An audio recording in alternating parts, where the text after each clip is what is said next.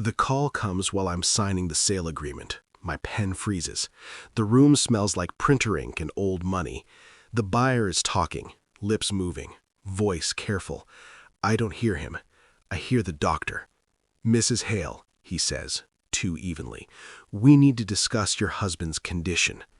Condition, as if it's weather, as if my life didn't split open 3 months ago, mid-anniversary toast, when Daniel's body folded sideways in the restaurant booth, wine glass shattering, fork clattering.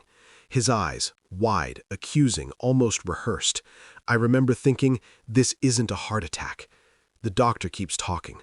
Words float past me. Spinal cord, incomplete injury, inconsistent response.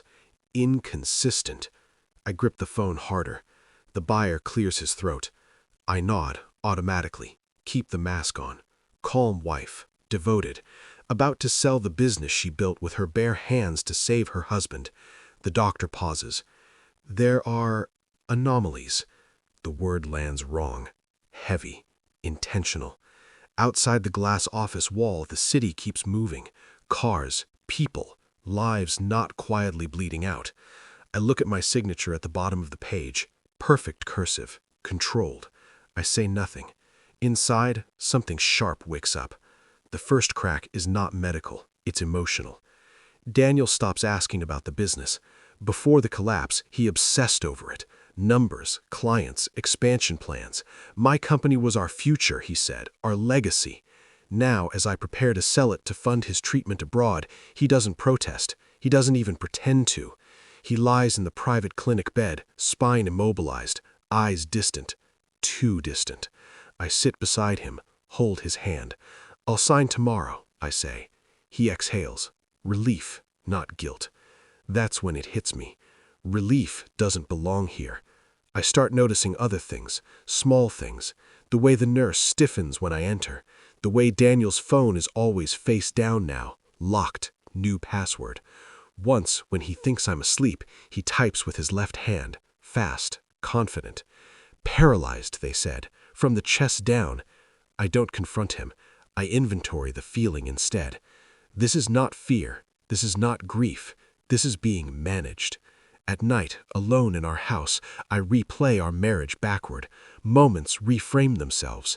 Late meetings, sudden gym routines, a new cologne I never liked, and our anniversary dinner, how his eyes flicked to the exit before he fell, like timing mattered. I become careful. Careful is power. I request medical records under the guise of insurance paperwork. I smile. I thank everyone. I am the perfect patient wife. At home, I read. I learn what paralysis looks like, what it doesn't. Reflex patterns, muscle atrophy timelines. Daniel's legs are too responsive. I hire a private lab to review imaging. Quietly, expensively. I pull phone records. There's one number I don't recognize. Hundreds of calls before the collapse. None after, until last week. Short, late, 5 minutes each. I watch him during visits. When he thinks no one is looking, his foot twitches. Not a spasm, a choice. The business sale progresses. The money moves into an escrow account, untouchable, temporary. Daniel asks about the overseas hospital. How soon, he whispers. Soon, I think. Very soon. I drive to the clinic unannounced one afternoon, stand outside his room, listen. A woman's voice, soft, intimate. I didn't think you'd really do it, she says. Daniel laughs. Laughs. I told you she'd pay, he says. She always does. My name isn't spoken. It doesn't need to be. I step back before I'm seen. My heart doesn't race. It cools. This is no longer about betrayal. This is about correction. The lab report arrives in a plain envelope. I read it once, then again. The injury exists, but not at the level claimed. Functional mobility possible.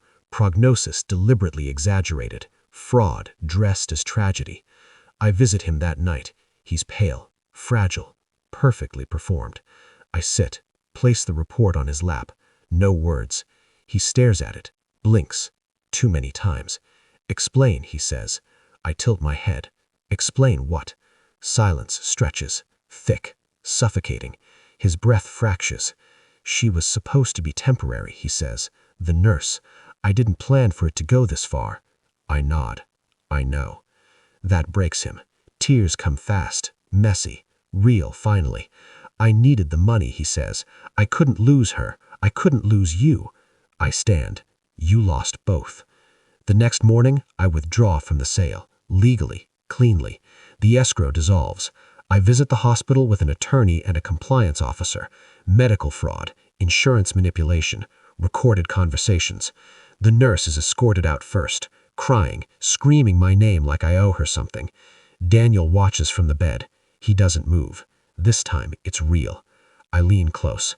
The treatment abroad, I whisper, you won't be going. His mouth opens. I straighten. I already sold something, I add. Your story. The police arrive. I don't stay.